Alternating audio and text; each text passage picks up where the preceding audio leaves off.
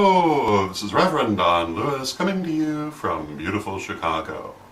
And tonight our question comes to us from my good friend Peter Alachi, the host of Showcase Salem, who you may have seen interviewed here on Magic TV in past years. And Peter is a very nice man and one of the people I most miss seeing in Salem. And his question concerns a show called The Collector. And in this show, people track down possessed artifacts that are wreaking havoc in people's lives and remove them from the places where they're causing damage.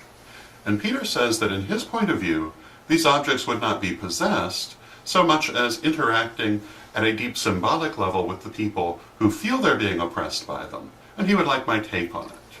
I certainly agree that a possessed item, quote-unquote possessed, is something that you're very unlikely to encounter in real life. And particularly in the sense that the term possession implies an external intelligence exerting some sort of force. I'm not going to say it's impossible or could not or never would happen, but I think it's an extremely rare thing. However, objects do have their own energy. Everything that exists has its own energy, and this energy can interact with the energy of anything else, including people. So an object certainly could affect a person energetically. And objects not only have their own inherent energy, but they also pick up energy the same way people pick up energy by being around it. And so an item could receive either a very strong positive or a very strong negative charge, which might seem to someone to be a, quote, possession, but is actually a very different thing. And in that case, what you'd really want to do is to cleanse the energy if you felt that it was really a problem. And I would say that occasionally this could even be a very strong energetic charge, but more often it would be a fairly mild one that you might even have trouble noticing. And this is why it's good to do things like house cleansings and energetic cleansings of objects and so forth, because you clear that energy.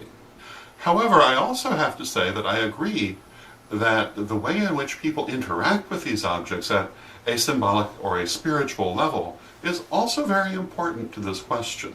And I think that very often our attitude toward a given object, whether one of veneration or one of fear, will magnify our perception of its effects in our lives.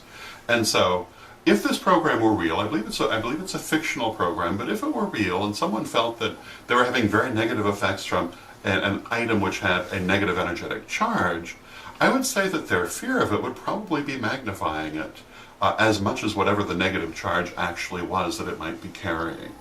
And again, if you wanted to clear that charge, you would clear it the same way you'd clear any other energy. So I hope that answers your question, and until next time, may you blessed be.